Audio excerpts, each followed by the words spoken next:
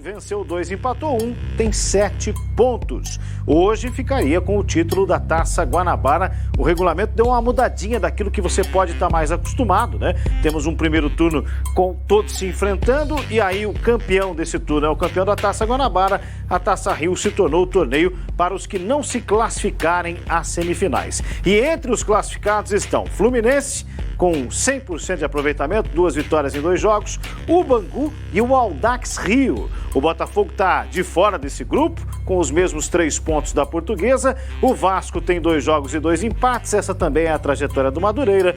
Boa Vista, Volta Redonda e o Nova Iguaçu tem 1 pontinho. Quem ainda não pontuou foi o Resende. O que é que te surpreende aí, hein, Raí? Curiosamente, os 2 últimos colocados são os times que fizeram a final da Taça Rio, né, na temporada passada. Nova Iguaçu e Resende. O Resende foi campeão na disputa por pênaltis, então são times que a gente espera se recuperar dentro dessa competição.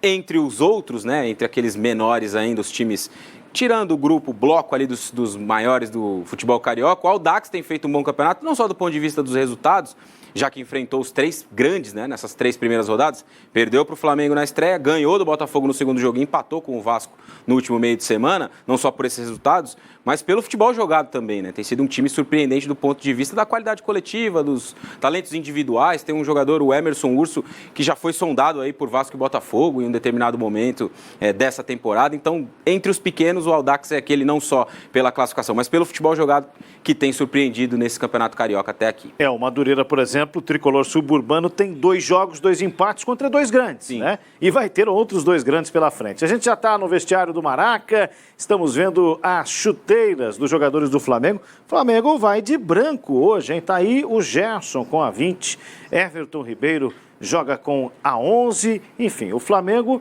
chegando hoje de branco para este jogo. Não é o último, hein? Tem jogo contra o Bangu no meio de semana, antes da Supercopa do Brasil. Pois é, né? Esses 4 jogos programados aí antes da disputa da Supercopa, né? Lá atrás a estreia no campeonato contra o Audax, né? De quem a gente falava há pouco que tem surpreendido nesse Campeonato Carioca, mas com os garotos, o time C, acho que dá para dizer, né? Já que a gente tem um time B do Flamengo com os reservas de muita qualidade também. Então a vitória naquela ocasião com um belíssimo gol do Matheus França, que é um desses garotos que sempre tem aparecido no time titular, né? O Campeonato Brasileiro do ano passado, por exemplo, jogou muitas vezes, sob o comando do Dorival Júnior. Aí veio o segundo jogo contra a Portuguesa, a belíssima exibição e grande vitória do Flamengo no Maracanã. Pedro, Gabigol marcando, jogo muito bom. E aí o empate com o Madureira, com algumas coisas ali para serem ajustadas, né? Claro que não foi um bom resultado. O Flamengo também produziu menos do que muita gente imaginava, mas acho que distante ali de ser também o fim do mundo, é claro que não foi um bom resultado e tal, mas é só o comecinho da temporada, a gente não pode perder isso de vista, né? Esses jogadores estão ainda buscando um melhor condicionamento físico para esses objetivos que citei, Mundial e as 2 Recopa e Supercopa que o Flamengo vai disputar. E quando eu citei o 11 ali como Everton, não era o Ribeiro, o Cebolinha, exato, né? O Everton Ribeiro camisa 7 e camisa capitão. 7 ali. Estamos vendo os uniformes e aquela ali dúvida, a camisa, né? Napo, rapidinho, só porque para aproveitar a imagem, né, do Felipe Luiz, que hoje retorna, né? É a novidade aí nesse Flamengo, né?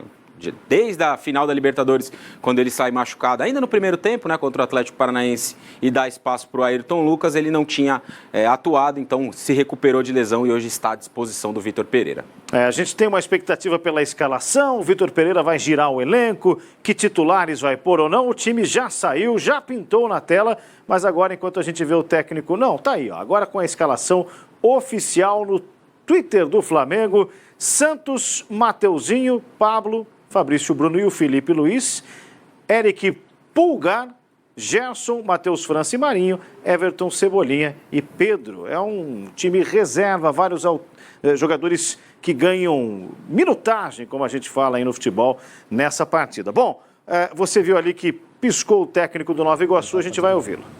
Preocupa a posição do Nova Iguaçu na tabela de classificação ou ainda está muito no início? Esse momento é prematuro até para você poder falar alguma coisa nesse aspecto, né? Até porque a competição nossa não é com a equipe de maior investimento. Nossa competição, na verdade, é com as equipes de menor investimento e nós temos tempo suficiente para, após isso, buscar os pontos necessários. Bom, ouvimos aí o Carlos Vitor, o técnico do Nova Iguaçu, pé no chão, entendendo a realidade do time da Baixada, né? Pois é, né? O campeonato do Nova Iguaçu é um campeonato diferente, obviamente, que disputa o Flamengo, né? São times que estão em competições, embora disputem a mesma competição, dentro dessa competição estão em disputas diferentes. O Nova Iguaçu fez uma estreia contra o Volta Redonda, um empate em 0-0, onde teve um bom primeiro tempo, criou ali, teve algumas oportunidades de gol, principalmente no começo do jogo, depois caiu bastante seu rendimento e aí viu o Volta Redonda tomar conta ali do segundo tempo, mas o jogo acabou empatado em 0-0. Na segunda jornada, jogo contra o Fluminense, né, no Maracanã, no meio da semana passada, a derrota por 1-0 também era um Fluminense muito mexido, né? E foi um jogo até... Não sei se dá para usar essa palavra necessariamente de igual para igual, mas foi um jogo em que o Nova Iguaçu disputou durante um tempo grande. Conseguiu recuperar várias bolas na saída ali do Fluminense, conseguiu ser perigoso em uma chegada ou outra e acabou sofrendo gol já na reta final do primeiro tempo, um chutaço do Lima de fora da área. Então, de uma forma geral, foram 2 partidas ok's do Nova Iguaçu nesse Campeonato Carioca até aqui, né? Não teve nenhum desempenho muito ruim, também nada muito acima da média. É um time que pode ganhar pontos e se colocar em uma situação melhor do que a que está nesse momento. Né, o penúltimo colocado. Citei aqui que na temporada passada esse time ficou entre o 5º e 8º, né, que é a zona exatamente que vai disputar a Taça Rio. Então a expectativa é de tentar repetir pelo menos o que foi feito ao longo da temporada passada para os comandados do Carlos Vítor. Já 4 da tarde, ao vivo do Maracanã, a bola rola para você. Olha aí o Maraca, domingo de sol no Rio de Janeiro. É sábado, você tem razão. Mas tomara que seja um domingo também para quem puder assistir o jogo de hoje. Dá um pulinho na praia amanhã, a torcida do Flamengo já vai chegando ao Maracanã e a gente vai ver a escalação do Nova Iguaçu. Dá uma olhada aí no time do Nova Iguaçu que vai a campo com o Max no gol, Léo Fernandes, Matheus Alves, Gabriel Pinheiro e Márcio, Paulo Henrique, o Gustavo Nicola, Ícaro, Everton, mais um Everton com a 11 em campo hoje, hein? E Andrei, e na frente o Natan Palafoss, esse é o time do Carlos Vítor, o time do Nova Iguaçu que tenta surpreender o Flamengo no Maracanã. Bom, o Flamengo jogou 3 partidas, é começo de trabalho, mas qual é a tua impressão desse começo do trabalho do Vítor Pereira, sabendo que tem girado o elenco e tudo mais, pra gente até imaginar que tipo de encaixe esse jogo pode ter entre Flamengo e Nova Iguaçu? Bom, a gente tem que olhar para 2 jogos desses 3, né, já que o primeiro foi disputado pelo time B, né, com vários jogadores sub-20, sub-23 ali, e nem o Vítor Pereira ficou à beira do gramado, então a gente olha especialmente para o jogo contra a Portuguesa e para o jogo também do último meio de semana contra o Madureira. Existem algumas mudanças aí em curso, né, que o Vítor Pereira faz. A primeira delas é em relação ao sistema tático, né, mudou a formatação do time em campo. Com o Dorival Júnior era aquele sistema que tinha um homem à frente da defesa, esse era o Thiago Maia, e aí um trio ali de meio-campistas, desenhando quase um losango, né? De um lado tinha o João Gomes, que está muito próximo de ter a sua saída oficializada do Flamengo. Do outro lado tinha o Everton Ribeiro, mais centralizado o Arrascaeta, e aí a dupla de ataque, Pedro e o Gabigol. Com o Vítor Pereira, o Flamengo tem jogado mais um 4-4-2, acho que dá para definir dessa forma, né? Arrascaeta e Everton Ribeiro partindo dos lados, mas com muita liberdade de movimentação, como a gente está vendo nesses lances do jogo contra a Portuguesa, né? Liberdade para cair por dentro, para pisar na área, para inverter o corredor quando for necessário. E a dupla de ataque, Pedro e Gabigol, com o Gabigol tendo também muito a prerrogativa de se mover pelo ataque, de procurar o setor da bola, de encontrar ali a possibilidade de uma tabela, de uma triangulação. E atrás desse quarteto, em tese, né, tem ali a dupla, ótima dupla de meio campo, com o Thiago Maia e o Gerson, né, que é a grande novidade, o retorno dele nessa temporada. Foi encaixado ali como um segundo homem de meio campo. É um Flamengo muito parecido com 2 momentos recentes da sua história no sentido da formatação tática. 2019 é uma formatação tática muito parecida, só que aquele time tinha o William Arão e o Bruno Henrique de titulares, como diferença em relação a essa temporada, e um Flamengo parecido com alguns momentos de 2020, principalmente no período com o Rogério Ceni, não com o Domi. Quando o Rogério assume o Flamengo um pouquinho depois da saída do Domi, ele volta ali a encaixar esse sistema em alguns jogos, depois teve algumas mudanças, mas mudanças principalmente do jeito de atacar. Esse Flamengo do Vítor Pereira, a gente vai poder observar isso, creio, no jogo de hoje, né? Mas em outros jogos em que o Flamengo tiver essa base titular de novo, a gente pode observar a questão da movimentação desses caras que partem do lado, a Arrascaeta e o Everton Ribeiro, principalmente. No time do Rogério era uma dinâmica um pouco diferente da forma de atacar. O Felipe Luiz era um lateral mais preso, né? O Isla, que era o lateral direito naquela ocasião, passava mais, o Bruno Henrique ficava um pouco mais aberto. Então, o sistema é o mesmo, mas a dinâmica, a forma de atacar é um pouco diferente. A gente vai poder observar isso um pouco no jogo de hoje. Estamos vendo lances do jogo entre Flamengo e Portuguesa, vitória por 4-1 do Flamengo. Uma das duas no campeonato, venceu o Audax na estreia, empatou com o Madureira em 0-0. E aí o Vitor Pereira já começou a ouvir uma outra crítica. Não é fácil não, hein? Maracanã, sábado de sol, daqui a pouquinho, 4h, ao vivo aqui no Band Esportes, eu e Raí Monteiro para Flamengo e Nova Iguaçu. Mas esse não é o único jogo da rodada, hein? A rodada tem várias outras partidas, o Band Esportes transmite várias delas. A gente vai ver a rodada do Campeonato Carioca. Teremos ainda hoje, 8h, ao vivo no Band Esportes, Portuguesa e Bangu. Você vai poder acompanhar com a gente este jogo, hein? No domingo, dia 22, o Resende encara o Boa Vista. Esse jogo será transmitido em videotape ou em delay, né? Como é o termo mais moderno. Videotape é só para quem tinha fita, né? Ao vivo também, neste domingo, 4h, Volta Redonda e Audax Rio. E um pouco mais tarde, ao vivo aqui no Band Esportes, o Madureira pega o Fluminense. Em horário a definir, no dia 16 de fevereiro, nós teremos, em local a definir, melhor dizendo, né? Em local a definir no dia 16 de fevereiro, 8h30, o clássico Vasco e Botafogo. Este jogo deve ser em São Januário. Há uma negociação para que este jogo seja em São Januário, mando do Vasco. Botafogo não deve se opor a isso, não. Nós vamos ao Maracanã. A Jéssica Dias está com a gente, já ao vivo, para trazer informações.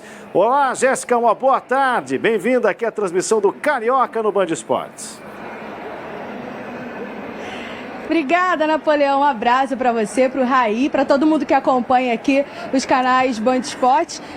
Exatamente, a gente está aqui já no gramado do Maracanã, como você bem vinha falando. Hoje um dia ensolarado, mas um tempo quase instável, viu, Napoleão? Aquela chance de chuva a qualquer momento, clima abafado, mas a gente já pode ver a torcida, principalmente do Flamengo, é claro, chegando aqui ao Maracanã para acompanhar essa partida. É esperado aí um público de mais de 40 mil pessoas por aqui essa tarde, e é claro que a torcida do Nova Iguaçu em menor quantidade, mas o que se espera é uma grande festa, apesar de o técnico Vitor Pereira já ter confirmado aí a escalação, vai mandar a campo um time alternativo. Os goleiros do Flamengo já estão aqui no gramado, já começaram o trabalho de aquecimento, a torcida também já começa a ensaiar uma festa. Nesse momento eu consigo ver aqui, chegando no túnel, vai passar aqui atrás de mim, fica atento, Napoleão, os goleiros e os jogadores da equipe do Nova Iguaçu vindo para o trabalho de aquecimento. Lembrando que o Flamengo é o líder da Taça Guanabara com 7 pontos, tem um jogo a mais, um jogo adiantado da 5ª rodada. E o Flamengo, então, vindo com esse time alternativo, a principal novidade é a presença do Felipe Luiz, que já está recuperado de lesão e vem para o jogo, inclusive é o capitão do rubro-negro na partida de hoje. O Vidal ainda não ficou à disposição, ele já ficou de fora do jogo diante do Madureira, né? Foi um 0-0, pouco animado. Vidal já não ficou à disposição do técnico português por conta de um desconforto muscular, então está aí trabalhando a parte física. Já a equipe do Nova Iguaçu busca a primeira vitória na competição. Vem de uma derrota para o Fluminense aqui mesmo no Maracanã. A gente já ouviu aí a palavra do técnico Carlos Vitor falando que o Nova Iguaçu vai jogar no contra-ataque, vai tentar sim, é claro, essa primeira vitória diante do Flamengo, até porque é o vice-lanterna da competição. Uma novidade no time, né, na lateral esquerda, porque o Bruninho está suspenso, ele que diante do tricolor carioca do Fluminense recebeu cartão vermelho, então por isso não vem para o jogo, e o Márcio vai ser titular ali na vaga. O Paulo Henrique, camisa de número 9 da equipe do Nova Iguaçu, hoje está completando 200 jogos com a camisa do Orgulho da Baixada, ele que é um dos ídolos da torcida da equipe do Nova Iguaçu. Napoleão? É isso aí, Jéssica, enquanto a gente vê a festa, a torcida chegando ao Maracanã, já a Jéssica Dias vai voltar com a gente para falar mais desse grande jogo, o 4º do Flamengo no ano, numa temporada que promete muito, hein? Tem Recopa Sul-Americana, tem Supercopa do Brasil, tem Mundial de Clubes, ingressos já com preços definidos, já a gente vai falar um pouco mais sobre isso. E claro, Flamengo defendendo o título da Libertadores, vai para o Brasileirão, para a Copa do Brasil e quer o título do Campeonato Carioca. Ano passado o Fluminense levou a taça para casa, é o atual campeão. A gente tem uma comparação para fazer entre dois destaques, um de cada equipe. Separamos, a nossa produção separou para a gente falar um pouquinho de cada um desses jogadores. Pedro no Flamengo e Andrei Dias no Nova Iguaçu. Claro que são números bem distintos, a gente conhece o Pedro, né? Mas também há que se considerar ali que o Pedro tem muito mais jogos pelo Flamengo do que o Andrei pelo Nova Iguaçu. Seja como for, esse embate entre os atacantes é exatamente o que a gente tem que ficar de olho? São jogadores para a gente observar nesse jogo, Raí? São jogadores de posições diferentes, né? O Andrei Dias é um ponta, joga pelo lado direito, é um jogador de velocidade, de drible em direção ao gol, né? Pelo menos foi assim nos outros 2 jogos em que o Nova Iguaçu fez nesse Campeonato Carioca. Registra ali 2 gols e 3 assistências em 13 jogos ao longo da temporada 2022. Então é um cara rápido ali pelo lado do campo, né? Vai cair ali no setor do Felipe Luiz e pode ser um embate interessante da gente observar ao longo do jogo. O Pedro já é um 9, um centroavante, um jogador de área, né? Do lado do Nova Iguaçu, o 9 é o Natan. São jogadores de características diferentes. O Pedro tem todo o destaque, é um jogador de Copa do Mundo, mas o Andrei sim, guardadas as proporções da comparação, é óbvio, é um jogador para a gente observar ao longo desse jogo, entender qual perigo ele pode levar naquele setor direito, onde, repito, deve jogar caindo nas costas do Felipe Luiz, que é um lateral um pouco mais velho, experiente, tem um bom posicionamento, é claro que sim, a leitura do jogo, mas o Andrei acelerando ali em cima dele pode ser um fator ali de risco, de perigo para o Flamengo ao longo do jogo. Olho nesses dois, portanto, hein? A gente viu imagens do Maracanã, sábado de sol, um dos principais palcos do futebol mundial, onde brilhou Zico. Zico, 10 do Flamengo por muitos anos. O torcedor jamais vai esquecer o Galinho. Só que essa camisa 10 agora está com o Gabriel Barbosa, o Gabigol, né? Então a gente vai conhecer um pouco mais da história da 10 do Flamengo.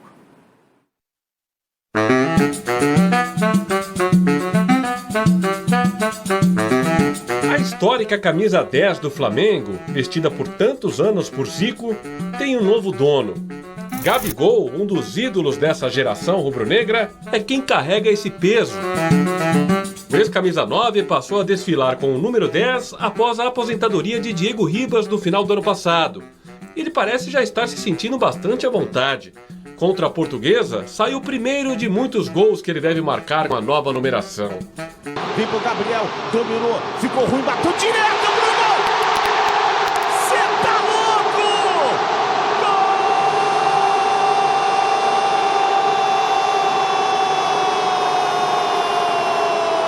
Gol do Flamengo! Ele tem gol no nome, Gabigol! Ano após ano, o Gabigol tem acumulado números que o colocam na prateleira dos maiores da história do clube. Há 4 temporadas no Fla, o artilheiro soma 134 gols e 39 assistências em 212 jogos. Isso sem falar nos títulos. Ele conquistou 2 Libertadores, 2 Brasileiros, 1 Copa do Brasil, 3 Cariocas, 1 Recopa Sul-Americana e 2 Supercopas do Brasil. No total, já levantou 11 canecos. A conquista mais emblemática certamente foi a da Libertadores de 2019, quando o Gabi marcou os 2 gols da virada sobre o River Plate nos acréscimos. E os recordes não param por aí. Ele é o maior artilheiro da história do Flamengo na competição continental, além de ser o atleta com o maior número de gols no século XXI vestindo a camisa rubro-negra. Ou seja, esse número continua fazendo história.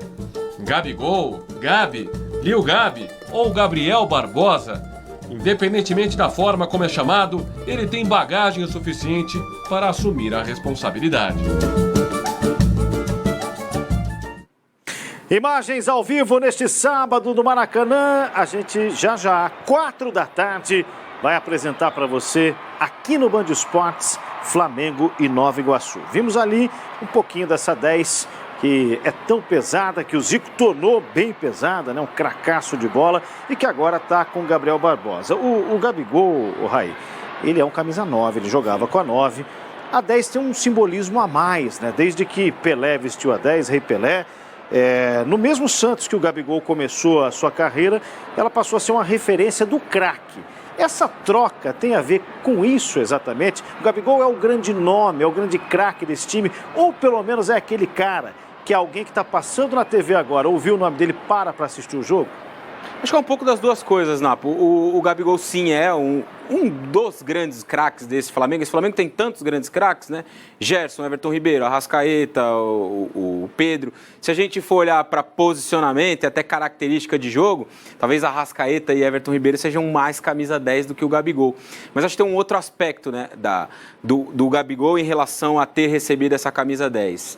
A forma com que ele se comunica com a massa, a forma com que ele se tornou um ídolo do Flamengo nos últimos anos, não só pelos gols que marcou, é claro que esse é o pedaço maior da idolatria. O cara fez 2 gols em 2 minutos em uma final de Libertadores, que o Flamengo perdia até os 40 do segundo tempo, né? A gente está vendo aí no dia em que o Diego passou a camisa 10 para ele, né? Na última rodada do Brasileirão do ano passado, uma ação muito bonita, aliás, né? Naquele jogo contra o Avaí. Então, é muito mais por esse aspecto dos gols marcados, da idolatria, do tamanho dele na história e da importância nas conquistas recentes do Flamengo. Foi um cara que fez gols em 4 finais, fez 4 gols em 3 finais de Libertadores, né, nos últimos anos, 2 vencidas pelo Flamengo, uma em que o Flamengo acabou sendo derrotado.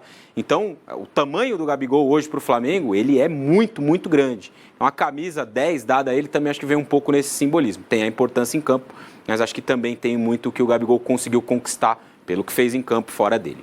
Vamos dar uma olhadinha de novo nas escalações dos times para o Raí Monteiro dar uma analisada com a gente, enquanto a gente vê aí gols do Gabriel Barbosa. Tá aí o Flamengo de hoje, hein? Flamengo com Santos no gol, Mateuzinho, Pablo, Fabrício, Bruno e Felipe Luiz voltando ao time como capitão, Eric Pulgar, Gerson, Matheus França, Marinho de um lado, Cebolinha do outro, Pedro como camisa 9 e no banco de reservas a gente tem ali o Gabi, né? Gabigol tá ali esperando no banco, tem a Arrascaeta, enfim.